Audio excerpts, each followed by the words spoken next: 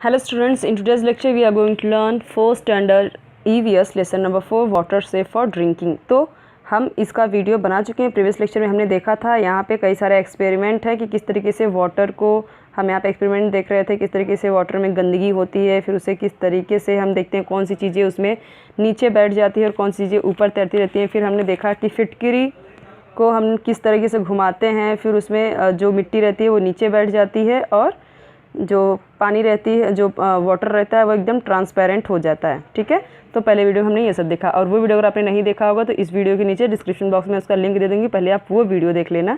Okay, और जो पहला वीडियो मैंने बनाया है उसके नीचे मैं ये वाला वीडियो का लिंक दे दूँगी आप में, तो वहाँ से आप इस वीडियो को भी देख सकते हैं।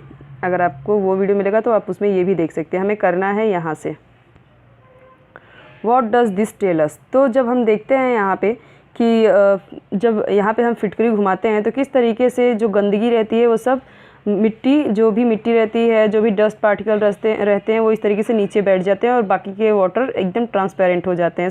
ओके, सेटल डाउन हो जाते हैं। Take another beaker, place a tea strainer over it, fold a piece of the fine cotton cloth into 4 layers, make it moist and spread it over the strainer। आपको क्या करना है, जो अभी ये पानी है जो आपने जिसमें इस तरीके से फिटकरी घुमाया, जो मिट्टी सब नीचे बैठ गई हैं, आपको करना ये है कि एक आपको कपड़ा लेना है कॉटन का एकदम, और क्या करना है उसे 4 लेयर्स में फोल्ड करके उसे इस तरीके से किसी एक स्ट्रेनर पे, जैसे कि आप यहाँ पे देख रहे हैं। ठीक है, यहाँ पे इस तरीके से आप 4 लेयर रखिए, फिर उस पर एक स्ट्रेनर रखिए, या फिर स्ट्रेनर नहीं रखना है तो कपड़े पे ही रखिए और इस तरीके से पानी को छान लीजिए, स्ट्रेन कर लीजिए। तो क्या होता है, now pour the water in beaker to in this stream on the folds of the cloth. तो जो कपड़ा है उस पर इस तरीके से डालिए, मतलब कि छानना है आपको पानी 4 फोल्ड में करके एकदम, ताकि जो पानी है उसके सारी गंदगी ऊपर रह जाए और जो क्लियर वाटर है वो इसमें आ जाए बॉटल में। तो व्हाट विल यू सी, क्या देखेंगे हम इसमें, the rubbish and soil particles remain on the cloth. जो गंदगी रहती है, जो मिट्टियाँ रहती हैं वो क्या उस कपड़े में आ जाती है, क्लोथ में आ जाती हैं। The water collects in the beaker below, it looks transparent. और जो पानी रहता है वो एकदम क्लीन, एकदम नीचे आ जाता है। जितनी भी गंदगी रहती है वो ऊपर स्ट्रेनर में ही रह जाती हैं। और बाकी जैसे हम चाय छानते हैं तो कैसे देखते हैं कि चाय की पत्ती सब ऊपर रह जाती है और चाय एकदम क्लीन होकर नीचे आ जाती है। इसी तरीके से आपको करना है। What does this tells us, ये हमें, इससे हमें क्या सीखने को मिलता है, ये क्या बताती है, ये एक्सपेरिमेंट से हमें क्या सीखने को मिलता है। तो if we strain muddy water it helps to make in clean, this process is called filtration. इसका मतलब है कि जब आप मडी वाटर को, गंदे पानी को इस तरीके से क्लीन करना चाहते हो, आप छानोगे तो क्लीन वाटर आपको मिलेगा और इस प्रोसेस को ही क्या करते हैं, फिल्ट्रेशन। हम पानी को फिल्टर करके पीते हैं तो उसमें भी क्या प्रोसेस रहता है, जितनी भी गंदगी रहती है वो निकाल के हमें क्लीन वाटर मिलता है पीने के लिए। फिल्टर आपको पता ही होगा, फिल्टर से हम कैसे वाटर फिल्टर करके पीते हैं।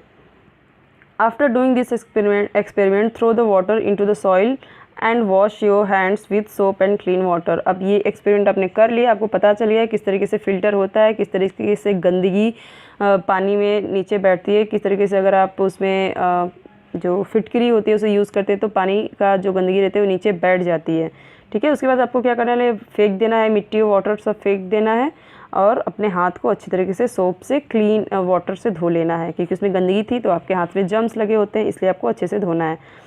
अ न्यू टर्म, क्या है न्यू टर्म, पोर्टेबल वाटर। इसका मतलब होता है water safe for drinking. Portable water मतलब कि पानी पीने के लिए एकदम सेफ़ होना चाहिए, वाटर एकदम क्लीन होना चाहिए, प्योर होना चाहिए। Water that does not endanger our health in any way then we drink, it is called safe drinking water और portable water.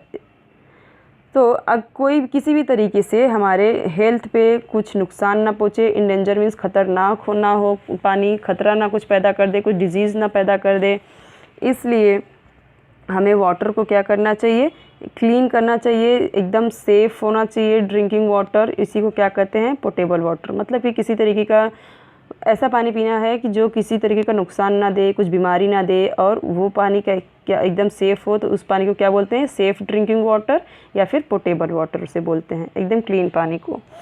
Okay, we have seen some methods of making muddy water clean and transparent, however such water may still not be portable.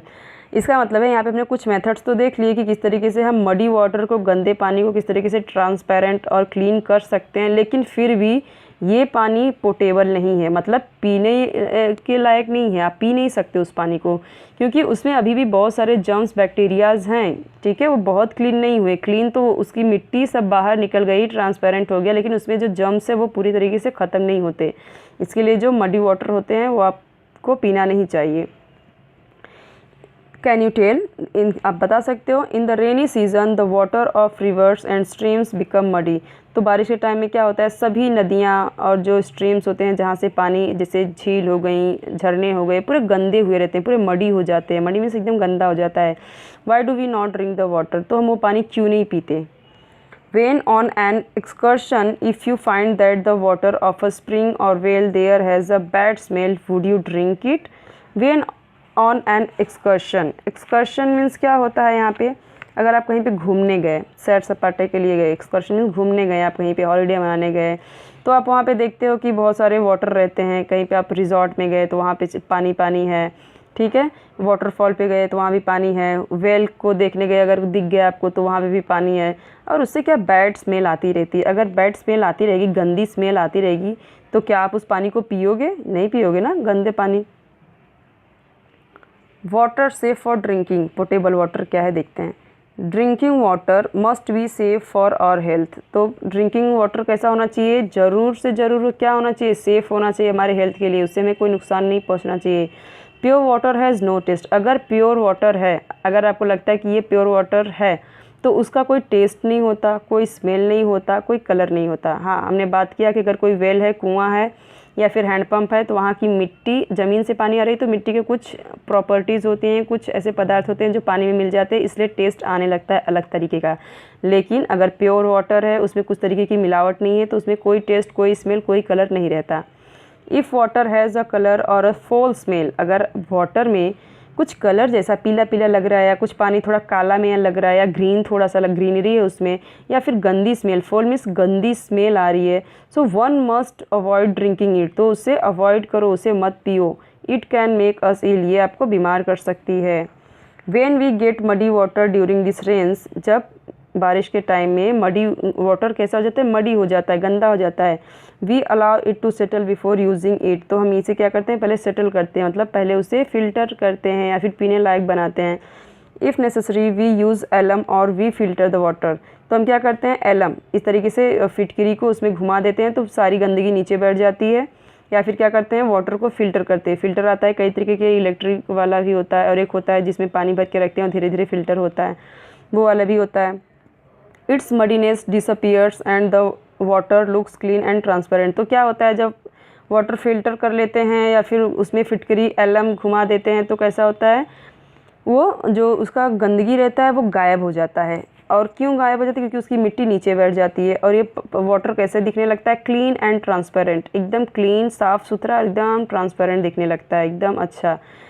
Can we say that it is now safe for drinking, क्या अब हम ये सकते हैं कि पीने के लिए ये सेफ़ है।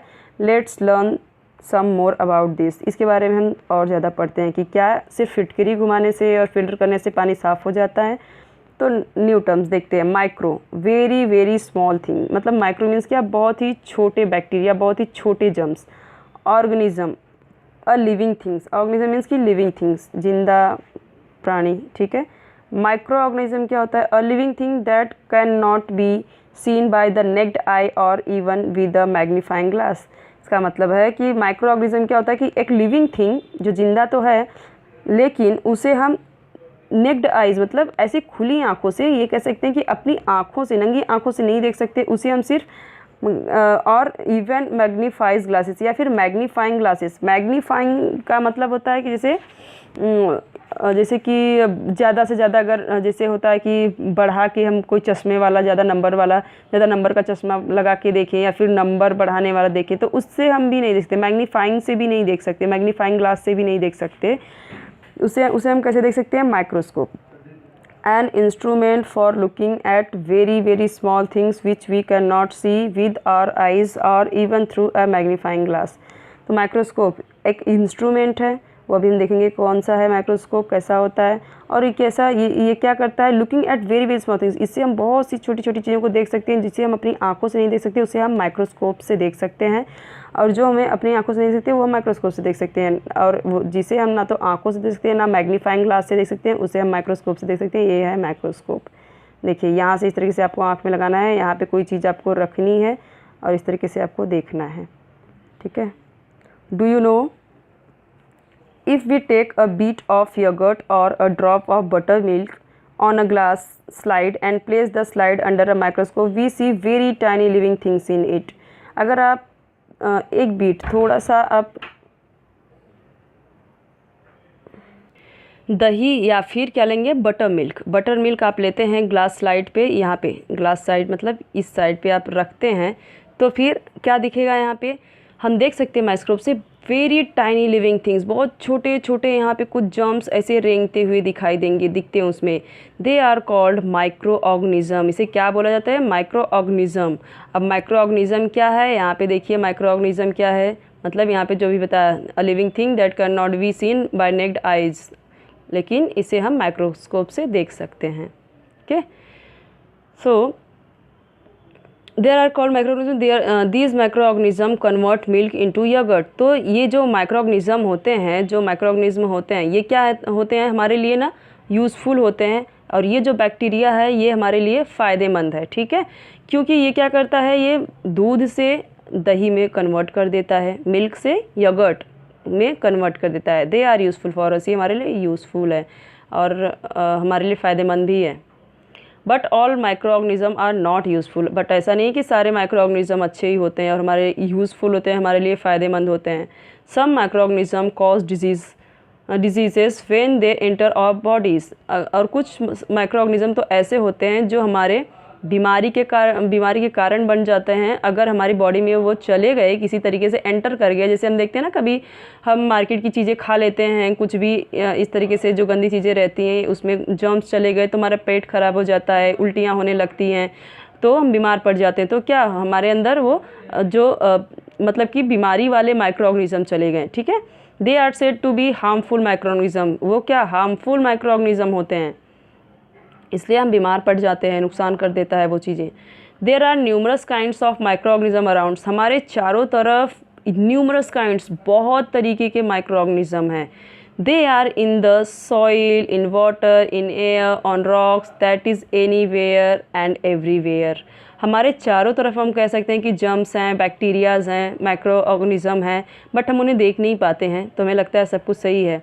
तो ये कहाँ कहाँ पे हो सकता है, सॉइल में, मिट्टी में, पानी में, हवा में और पत्थरों में, सब जगह हो सकते हैं। जहाँ पे हम बैठते हैं वहाँ पे भी, ठीक है, घर में भी, जिधर भी हम रहते हैं वहाँ पे भी होते हैं, बस हम उन्हें देख नहीं पाते। Even if harmful micro organism are present in water, जो हार्मफुल रहते हैं माइक्रो ऑर्गेनिज्म, जो नुकसानदायक रहते हैं, जो वाटर के थ्रू अगर हमारे अंदर चले गए तो हमें अलग अलग सी बीमारियाँ हो जाएंगी, तो वो भी प्रेजेंट रहते हैं वाटर में।